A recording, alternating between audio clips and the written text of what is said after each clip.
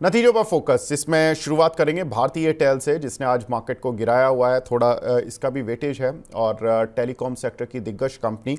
इसके रेवेन्यूज़ में देखें तो करीब 7% का जंप देखने के लिए मिला, 7.5% से ज़्यादा का। नेट प्रॉफिट 12% डाउन जरूर हुआ, लेकिन इसमें एक एडजस्टमेंट थी कि लास्ट क्वार्टर में इनको एक्सेप्शनल गेन हुआ था, इस क्वार्टर में एक्सेप्शनल लॉस हुआ है, जिसकी वजह से इनका नेट प्रॉफिट गिरता हुआ दिखाई दे रहा है, लेकिन एक्चुअल में है नहीं। अगर हम इनके तस्वीर इससे साफ क्लियर होगी। एबिटा, जब भी आपको नेट प्रॉफिट देखना हो तो उससे पहले आप एबिटा और एबिटा मार्जिन्स देख लीजिए, तो उससे आपको क्लियर हो जाएगा कि रिजल्ट्स कैसे हैं। एबिटा ठीक है, 9% ऊपर है। एबिटा मार्जिन्स स्ट्रीट की एक्सपेक्टेशंस पर हैं। थोड़ा सा अफ्रीका को लेकर और इधर उधर के बिजनेसेस को लेकर थोड़ा सा जो कंसर्न हो जाता है या वैल्यूएशन कंसर्न जो हो जाता है, उसकी वजह से थोड़ा सा आज काउंटर पर ब्रेक लगा हुआ है। शरद सर, भारतीय एयरटेल रिजल्ट तो ठीक है, इतने खराब नहीं है, लेकिन काउंटर पर थोड़ा सा रिएक्शन नेगेटिव साइड पर है। कैसे ट्रेड करें इसको? तो 675 मार्च के बाद आप देखेंगे तो 630। पिछले आप अगर देखेंगे तो करीब 16 सितंबर के बाद से एक बेस था 1630 1635। वो थोड़ा सा आज टेस्ट हो रहा है। अगर सस्टेन हो गया और 1675 के ऊपर कहीं मूव बनता है, तब इसके अंदर बुलिशनेस रहेगी, वरना गिरावट हो सकती है। गिरावट हो सकता है आपको कहीं 1580 तक खींच करके लेकर के जाए। वहां देखिएगा अगर स्टॉक सस्टेन हो जाता है 1580 1560, तो एक अच्छी बाइंग अपॉर्चुनिटी यहां देखने को मिल सकती है। अदरवाइज तभी खरीदिएगा जब 1675 के ऊपर सस्टेन करेगा। जी। दूसरा नतीजा सर, इंद्रप्रस्थ गैस लिमिटेड, इसके भी नतीजे आए कल मार्केट बंद होने के बाद। 3520 करोड़ से बढ़कर इनके रेवेन्यू 3697 करोड़ रुपए रहा, 5% का जंप था। नेट प्रॉफिट में स्टॉक का 5%। नाम एक बार दोबारा बताइएगा। Sir Indraprastha gas, IGL. IGL, जी जी जी जी, जी नेट जी। प्रॉफिट सर 5% डाउन हुआ इनका, 480 करोड़ से घट के 454 करोड़ रुपए रहा। लेकिन स्ट्रीट की एक्सपेक्टेशन भी इस काउंटर को लेकर बहुत ज़्यादा अच्छी नहीं थी। नतीजे इसी तरह के देखने के लिए एक्सपेक्ट कर रही थी स्ट्रीट, और वैसे ही नतीजे देखने के लिए मिले। अब क्या करें सर निवेशक? अब देखिए, अब मार्जिन आने वाले क्वार्टर में ही खराब होगा, क्योंकि गैस की प्राइसिंग ही मेरे ख्याल से अब देखने वाली बात है थोड़ा। कैसे गैस प्रोक्योरमेंट होता है और उसकी प्राइसिंग क्या होती है, तो ओवरऑल कॉस्ट, इन्वेंट्री कॉस्ट क्या होती है, ये बहुत इंटरेस्टिंग हो जाएगा। तो मार्जिन पे दबाव देखने को मिलेगा, तो थोड़ा सा मैं अवॉइड करने की सलाह दूंगा। इस बाजार में तो बिल्कुल मत ऐसा कोई प्ले करिए जहां पर कि आने वाले मार्जिन विजिबल नहीं है आने वाले क्वार्टर्स में। बिल्कुल अवॉइड कीजिए, कुछ मत कीजिए। बिल्कुल, आज काश 3% से ज़्यादा ऊपर है, तो सर जिनको भाव भाव मिल रहा है या प्रॉफिट मिल रहा है, निकल जाए। हाँ, अगर देखिए, अगर अगर आप करंट भाव पे देखिए, निकलेगा कोई नहीं। साइकोलॉजिकल वो होता है, हर्डल होता है। तो 400 रुपए पे स्टॉप लॉस लगा लीजिए। 400 टूट जाए तो जरूर निकल जाएगा। और बड़ा मूव तभी आएगा, बड़ा सस्टेन स्टॉक तभी करेगा जब 430 के ऊपर चलना शुरू करेगा। जी। अगला काउंटर है सर रेलटेल। हमारे काफ़ी दर्शक इस पर सवाल भी पूछते हैं। रेवेन्यू इस कंपनी के करीब 41% बढ़ते हुए दिखाई दिए, लेकिन नेट प्रॉफिट केवल 7% बढ़ता हुआ दिखाई दिया। एबिटा तो 1% बढ़ पाया कंपनी का। मार्जिन्स भी थोड़े गिर गए, 21.3% से गिरकर मार्जिन्स 15.3%। तो ये थोड़ी सी प्रॉब्लम है यहाँ पर। ये एरिया जो होता है ये सबसे सेंसिटिव होता है, एबिटा और एबिटा मार्जिन्स। यहाँ पर अगर प्रॉब्लम है तो कंपनी आपको नतीजे जो दिखा रही है उसमें आपको बहुत डीप डाउन देखने की ज़रूरत है कि हुआ क्या एक्चुअल में कंपनी में। तो यहाँ से पता लग रहा है कि कंपनी के नतीजे उतने अच्छे देखने के लिए नहीं मिले हैं। सर रेलटेल क्या करें इसमें? तो देखिए, अपने 50 की एक्सपोनेंशियल मूविंग एवरेज के आसपास ही ट्रेड कर रहा है। तो बड़ा सप्लाई जोन है 440 450। जब तक 440 450 ना निकले, जो पिछले 4 वीक का सप्लाई जोन है, बिल्कुल इसमें लॉन्ग मत करिएगा।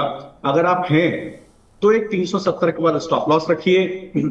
और whichever way, अगर आप स्टॉप लॉस नहीं ऑनर करते तो मान के चलेगा थोड़ी गिरावट हो सकता है, 300 रुपए 330 तक होगी। वहां देखिएगा स्टॉक कंसोलिडेट करेगा। उसके बाद आप उसी को बेस बना करके लॉन्ग रहिएगा। जो पुल बैक आएगा वो मैक्स टू मैक्स 430 400 440 450 तक आएगा। 440 450 के बाद सस्टेन करेगा, तभी बुलिशनेस बनेगी। जी। एक और काउंटर सर एडीएफ फूड, इस पे वैसे तो अंशुल जी काफ़ी इसको ट्रैक करते हैं। कल मैंने उनसे पूछा भी था, और उन्होंने कुछ रेंज भी बताई थी। मुझे वो रेंज तो याद नहीं है, लेकिन नतीजों की रेंज मैं ज़रूर बता देता हूँ। रेवेन्यू करीब 29.5% बढ़ा है कंपनी का, 161 करोड़ आया है 125 करोड़ के मुकाबले। और वहीं नेट प्रॉफिट में करीब 32% का जंप देखने के लिए मिला है। नतीजे अच्छे आए हैं सर, क्यू ऑन क्यू भी नतीजे अच्छे आए हैं, लेकिन काउंटर आज रेड मार्क में बना हुआ है। सर कैसे ट्रेड करें इस काउंटर को? ये जो कंपनियां, जैसा मैं थोड़ा बहुत देख पा रहा हूँ, कंपनी में ट्रैक नहीं करता हूँ, तो मतलब जिस तरह का बिजनेस है, मतलब बेसिकली प्रोसेस फूड का, इसके अंदर कंपनी ने अच्छे रिजल्ट दिया। आप देखिए बालाजी ने बहुत अच्छे रिजल्ट दिए हैं। तो मुझे लगता है बिल्कुल यहाँ पर एक बेस बना हुआ है स्टॉक के अंदर कहीं 250 के आसपास, जो इसका ब्रेकआउट जोन भी है, वो टूटा नहीं है। तो बहुत अच्छी अच्छा चीज है, मतलब सस्टेन कर रहा है स्टॉक, दिक्कत नहीं है। हाँ, ये जरूर है कि मैं ये नहीं चाहता कि आप रिजल्ट, चूंकि रिजल्ट आया तो 265 के नीचे खिसक जाए, जो इस वीक का लो है 275 का भाव है। अगर 265 नीचे खिसक जाएगा तो हो सकता है गिरावट मुझको देखने को मिल जाए आपको 250 के आसपास। अदरवाइज स्टॉक ठीक है। लेकिन सप्लाई जोन बड़ा आपका बना हुआ है 310 रुपए के आसपास। नई पोजीशन बनाना चाहें, क्योंकि हाई बीटा काउंटर है, तो 310 रुपए के ऊपर बनाए, क्योंकि आप बहुत लंबी अवधि के लिए बनाएंगे, ट्रेडिंग के हिसाब से बनाएंगे नहीं। तो लंबी अवधि के लिए बना रहे 310 के ऊपर बनेगा, बने हुए हैं तो एक स्टॉप लॉस आप जरूर ला लीजिएगा, कम से कम 265 के आसपास। बिल्कुल। एक हमारी दर्शक है मिताली बर्मन जी, इनके पास हैं सर 292 के शेयर अटक गए हैं, मिल जाएगा ना इनको भाव सर 292? हाँ, 292 पे है ये शेयर इनके पास। हाँ इनके पास है सर, खरीदा हुआ। हाँ, तो अभी तो बने 200। हैं अब। हाँ अगर 292 तो आप 200 देखिए। अगर अब मुझे पता है मैडम, मैं आपको बोलूंगा भी कि स्टॉप लॉस लगाओ तो आप लगाओगे नहीं। तो ऐसी कंडीशन आप ये समझो 265 का देखिए स्टॉप लॉस लगना चाहिए आइडियली। 265 नीचे जाए तो बेच देना। बाजार ऐसा नहीं है कि चीजों को सस्टेन करे, लेकिन अगर रिजल्ट्स अच्छे हैं, जैसे विवेक जी बता रहे हैं, हो सकता है 250 तक भी खिसक जाए। तो जी 250 में कंसोलिडेट कर जाए, तब आप उसको आप वही आप स्टॉप लॉस मानना। 250 नीचे खिसक जाए तो बेरिश हो जाए। बिल्कुल। कुछ और नतीजे जिसमें कि हम देख रहे हैं अनंत राज, ये काफ़ी लाइमलाइट में रहा शेयर। इसके रेवेन्यूज़ देखें तो करीब 54% बढ़ते हुए दिखाई दिया और नेट प्रॉफिट तो 75% बढ़ता हुआ दिखाई दिया। शरद सर 60 करोड़ से बढ़कर 106 करोड़ का रेवेन्यू प्रॉफिट आ गया और रेवेन्यू भी करीब 500 करोड़ पार हो चुका है, 513 करोड़ आया। कैसे ट्रेड करें सर अनंत राज को? हालांकि चला हुआ पहले से है काफ़ी, और आज का मूव देखें तो 1.5% नीचे, यानी कि खुला तो तेज़ था, 681 पर बंद हुआ था, 702 पर खुला और 704 तक गया, यानी कि गैप अप ओपनिंग हुई है।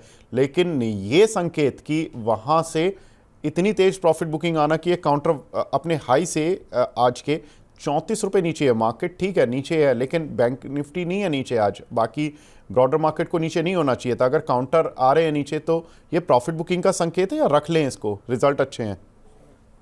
प्रॉफिट बुक का संकेत है। देखिए पैसा बांधिए, देखिए स्टाइल समझिए इन्वेस्टमेंट या ट्रेडिंग का। शॉर्ट टर्म ट्रेडर है, इन्वेस्टर है, तो अभी क्या 703 का सप्लाई जोन हो गया, 700 रुपए का सप्लाई जोन हो गया इसके अंदर आज ही। तो आपको क्या करना है, पोजीशन काट लीजिए, दोबारा खरीदिएगा जब 700 के ऊपर निकल जाए। क्यों रिस्क लेना आपको अननेसेसरी? तो जब 700 के ऊपर, अदरवाइज क्या होगा, अगर गिरावट होती तो हो सकता है स्टॉक 600 रुपए तक चला जाए, 590 600 रुपए तक भी चला जाए, उसका जो उसका कंसोलिडेशन जोन था करीब अगस्त सितंबर में। तो फायदा क्या, फिर आप लॉस में आ जाएंगे। तो पोजीशन काटिए 730 के ऊपर सस्टेन, आपको पता रिजल्ट अच्छा है तो 730 सस्टेन होगा, अगर हो जाता है तो खरीदिएगा। उस केस में आपको टारगेट बड़े मिलेंगे, फिर हो सकता है 850 900 तक भी जाए। और दो तीन रिजल्ट्स पर बात कर लेते हैं।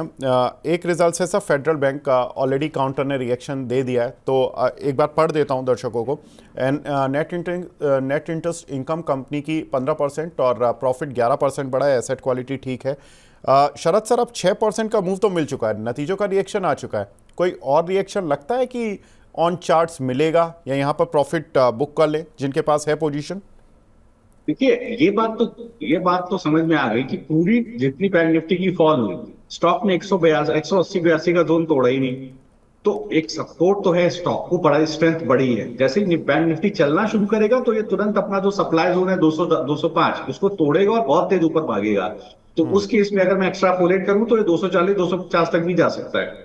तो अगर किसी के पास है तो होल्ड करे। स्टॉप लॉस वही 180 का अगर सप्लाई जोन बनता है तो 175 पे स्टॉप लॉस डाले और बना रहे। नई एंट्री भी करना चाहे तो स्टॉप लॉस वही बनता है 180 के आसपास। थोड़ा चल गया है आज की डेट में।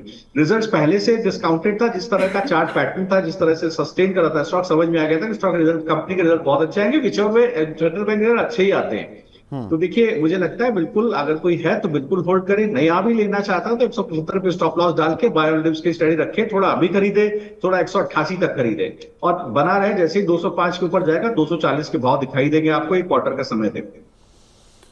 जी, आज के स्टार परफॉर्मर में दूसरा काउंटर है पारादीप फॉस्फेट। इसके भी नतीजे आए हैं और काफ़ी शानदार नतीजे हैं सर। रेवेन्यू 4.5% बढ़ा है, लेकिन असली खेल प्रॉफिट पर हुआ, 155% का प्रॉफिट बढ़ा है।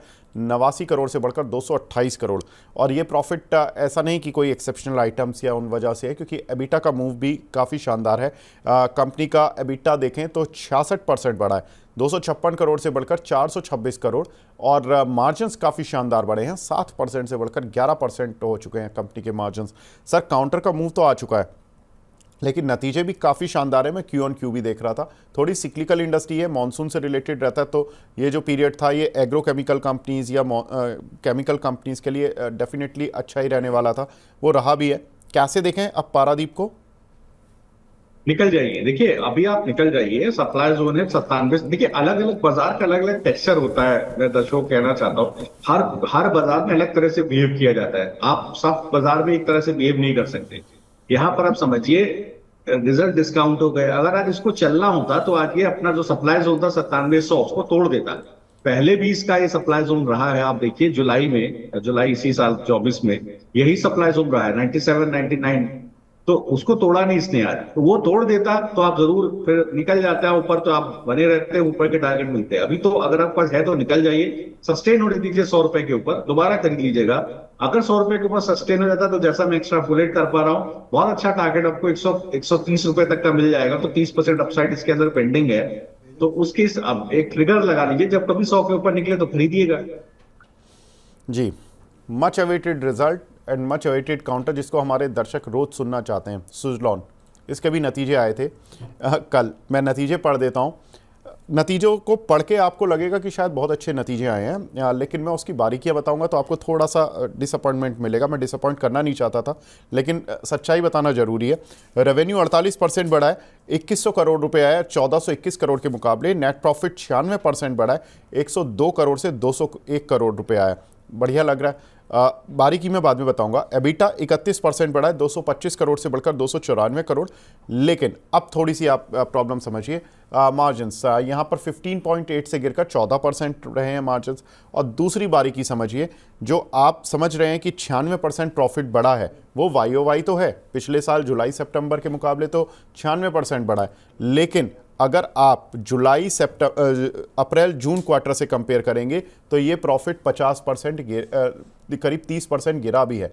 जो पिछले क्वार्टर में प्रॉफिट था इनका 302 करोड़, उसके मुकाबले में 201 करोड़ का प्रॉफिट आया, यानी कि 1/3 हिस्सा इनका प्रॉफिट से उड़ गया। तो ये जो टॉप आउट वाली जो बात होती है कि नतीजों में टॉप आउट लगा, वो जून क्वार्टर में था, शेयर का भी टॉप आउट बन गया। लेकिन अब ये चूंकि रिजल्ट्स थोड़े से वीक आए हैं क्यू ऑन क्यू, तो ये थोड़ा सा मार्केट देख रहा है, इसीलिए काउंटर पहले 96% वालों को ने देखा कि 96% का प्रॉफिट बढ़ा है तो गैप अप खोल गया, लेकिन जब बारीकियां समझ आई तो थोड़ा सा प्रॉफिट भी बुकिंग आ गई है इस काउंटर पर। सर सुजलॉन में क्या करना है आप? बिल्कुल अभी रुक जाइए, अभी बिल्कुल अवॉइड कर दीजिए, क्योंकि देखिए बिल्कुल आपने सही बात बोली है। मुझे भी लगता है जब तक 74 के ऊपर ना सस्टेन करे इसको बाय नहीं करना चाहिए। 73.4 का जोन था इसका, वो इस वजह से बिल्कुल सही बात आपने बोली कि ट्रेड ही ये कहीं ना कहीं अपने 20 वीक एक्सपोनेंशियल मूविंग एवरेज के नीचे खुला। अगर इस वीक में कहीं रिजल्ट डिस्काउंट हो रहा था तो उसके ऊपर खुलना चाहिए था, सस्टेन होना चाहिए था। बेस जरूर इसके पास बना हुआ है, पिछले 3 सप्ताह का बेस है 65 रुपए के आसपास का, लेकिन अभी एंट्री बनती नहीं है। इस वीक का हाई 73.50 रुपए, उसको कन्विंसिंगली तोड़ दे तब खरीदिएगा, तो इस केस में आपको बड़ा टारगेट मिलेगा 95 रुपए के आसपास। तब तक बिल्कुल अवॉइड कीजिए। बिल्कुल सही आपने कहा, रिजल्ट विवेक जी ने बता ही दिया है, स्टॉक प्राइस में वही चीज डिस्काउंट हो रही है, हो सकता है फर्दर गिरावट देखने को।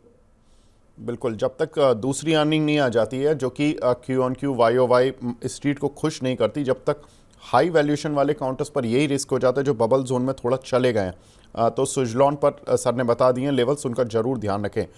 लेकिन ध्यान रखना जरूरी है कौन सी ब्रोकर्स की रिपोर्ट हैं और कहाँ पर ब्रोकर्स बुलिश और बियरिश हो रहे हैं। मेरे सहयोगी शौर्य जुड़ चुके हैं, शौर्य बताएं। जी आज हम तीन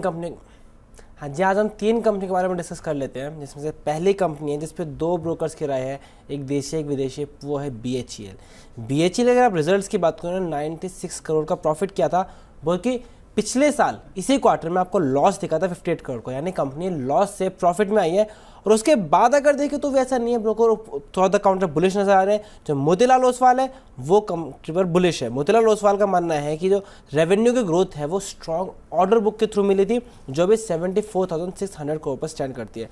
उसके अलावा डिफेंस ऑर्डर बढ़ने की तो उम्मीद है। साथ ही साथ मोतीलाल ओसवाल का मानना है कि जो naval, EW system, artillery system, platform, यहाँ से अच्छी ग्रोथ मिल सकती है। और उनका FY24 से 27 के बीच में उनके हिसाब से BHEL का रेवेन्यू 19% के कैगर से बढ़ेगा।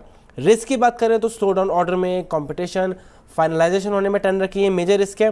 लेकिन दूसरी कंपनी है CLSA ने BHEL पर अगर बात करें तो यहाँ पर राय दी है अंडर परफॉर्म की और 189 का यानी करंट प्राइस से भी नीचे का टारगेट देते हुए नजर आया है। और CLSA का मानना है कि जो कंपनी में चेंजेस नजर आ रहे हैं लेकिन उसके हिसाब से ऑलरेडी सब कुछ फैक्टर इन हो चुका है। और FY26 की अर्निंग्स पे PE चल रहा है 40 का, यानी जितना पॉजिटिव आउटलुक है उससे ज़्यादा पॉजिटिव आउटलुक मार्केट ने फैक्टर इन कर रखा है, जिस वजह से CLSA को उम्मीद है कि आगे आने वाले टाइम में मार्केट में करेक्शन आने को मिल सकता है इसके प्राइस में। इस पर अगर बात करें तो CLSA का ये मानना है कि जो फॉसिल ऑर्डर्स हैं वहाँ पे रिसर्जेंस हुआ है जो कंपनी के लिए अच्छा है। उसके साथ साथ जो थर्मल पावर में L&T की एंट्री है ये BHEL के लिए सबसे बड़ा खतरा बन सकती है। फिर अब बात करते हैं सिमिलर कंपनी की डिफेंस की जो है BEL।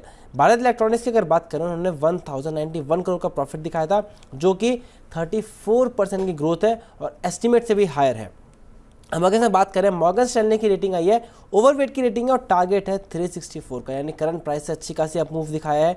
और मॉर्गन स्टैनली ने बोला है कि FY25 में रेवेन्यू ग्रोथ 15% रही है और ऑर्डर का इन्फ्लो रहा है 250 बिलियन का और ग्रॉस मार्जिन रहे हैं 42% के। और आगे आने वाले टाइम में भी मॉर्गन स्टैनली को उम्मीद है कि अच्छा क्वार्टर देखने को मिल सकता है, क्योंकि उन्होंने अगले 5 साल के लिए 15% में ग्रोथ दिखाई है कैगर की रेवेन्यूज़ में। उनका मानना है कि रेवेन्यू कैगर आने वाले टाइम में 17.5% हो सकता है। और ऑर्डर जो इन्फ्लो है यानी टॉप लाइन के बेसिस पे मॉर्गन स्टैनली काफ़ी ज़्यादा बुलिश नजर आ रहा है पूरे आउटलुक को देखकर सेक्टर के, जिसके फ़ायदा मॉर्गन स्टैनली के हिसाब से BEL को मिलते हुए नजर आएगा।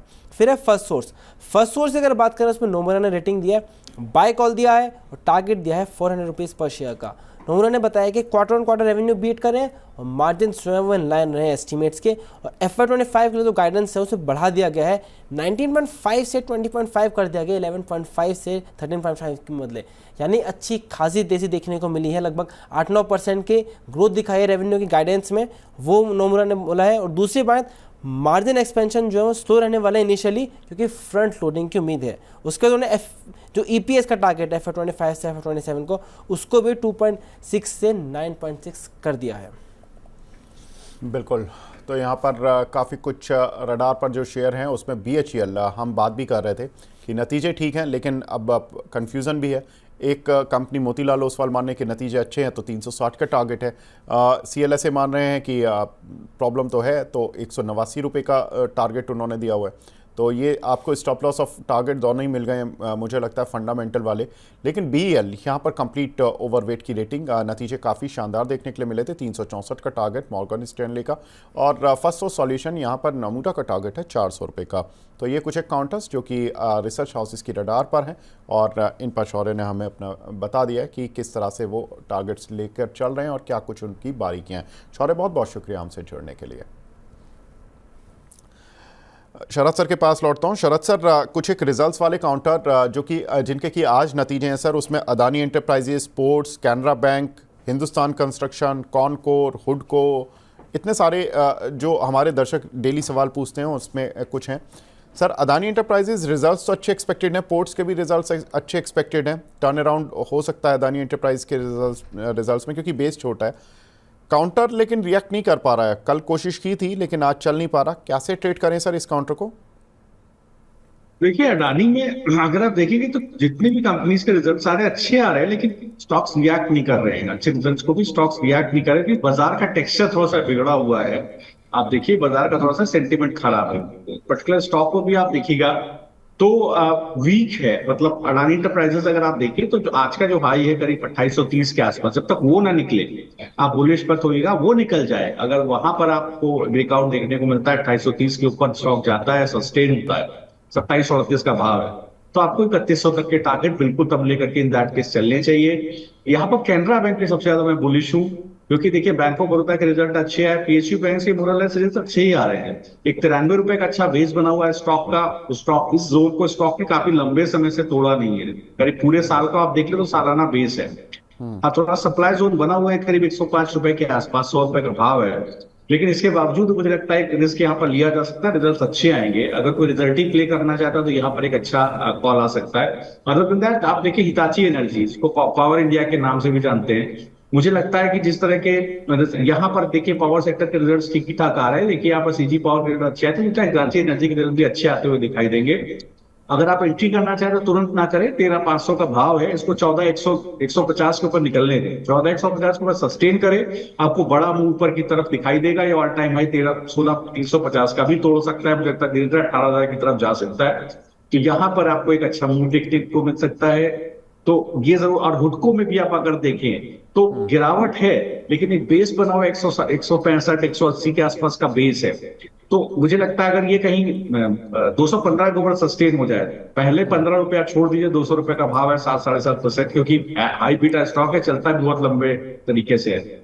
तो अगर 215 के ऊपर सस्टेन करिए तब आप खरीदिएगा, क्योंकि मुझे लगता है कैंपेन होम, पीएनबी वगैरह, पीएनबी हाउसिंग वगैरह के रिजल्ट अच्छे आए हैं, तो आपको एक वो मिल सकता है। एक बार यहाँ पर देख। और दूसरा कॉनकॉर्ड देखिएगा, कॉनकॉर्ड में जरूर मुझे लगता है कि जिस तरह के एजिस लॉजिस्टिक्स के रिजल्ट आए हैं, हो सकता है कॉनकॉर्ड के रिजल्ट अच्छा देखने को मिले आपको। तो उस स्थिति में हो सकता है स्टॉक में एक पुल बैक आए, तो पुल बैक लिमिटेड हो सकता है। अभी 788 का भाव है, 100 रुपए आपको एक टेक्निकल पुल बैक मिले, थोड़ा बाजार अगर सपोर्ट करेगा। बिल्कुल तो सर, ये सारे स्टॉक्स हैं जहां आपको। जी सर, आपने एजिस लॉजिस्टिक्स की बात की, मैं इसकी खबर बता देता हूं दर्शकों को। एजिस लॉजिस्टिक्स की सब्सिडरी एजिस वोपक टर्मिनल्स का आईपीओ आने वाला है और उसको लाने की तैयारी की जा रही है कंपनी की तरफ से। आईपीओ का साइज 4,000 करोड़ रुपए है और प्राइवेट प्लेसमेंट के जरिए 800 करोड़ रुपए जुटाए भी जाएंगे। सर, आप एजिस लॉजिस्टिक्स को कैसे देख रहे हैं? बढ़िया है। देखिए अगर आप आप देखेंगे तो फॉलिंग वेज पैटर्न बना है टेक्निकल चार्ट्स में, इसका ब्रेकआउट ड्यू है। इसका ब्रेकआउट आएगा करीब 785 के ऊपर। तो अभी 753 का भाव है, 785 के ऊपर निकले तो बिल्कुल खरीदिएगा। थोड़ा उस स्थिति में गिर भी जाए तो भी खरीदिएगा, कोई दिक्कत नहीं है।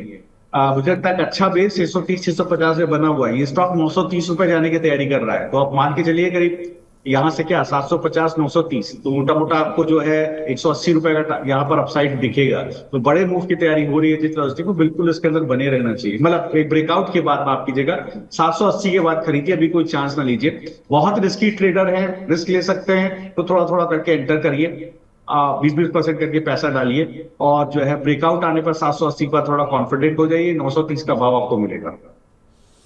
बिल्कुल, कंपनी के रिजल्ट्स तो रेवेन्यू साइड तो पॉजिटिव थी, प्रॉफिट फ्लैट था, लगभग 150 करोड़ से बढ़कर 152 करोड़ रुपए रहा था, और जो रेवेन्यू थे वो 1235 करोड़ से बढ़कर 1750 करोड़ रुपए रहे कंपनी के, और ऑपरेटिंग प्रॉफिट भी 208 करोड़ से बढ़कर 224 करोड़ रुपए। तो रिजल्ट्स इन लाइन कह सकते हैं, ऑन द पॉजिटिव साइड।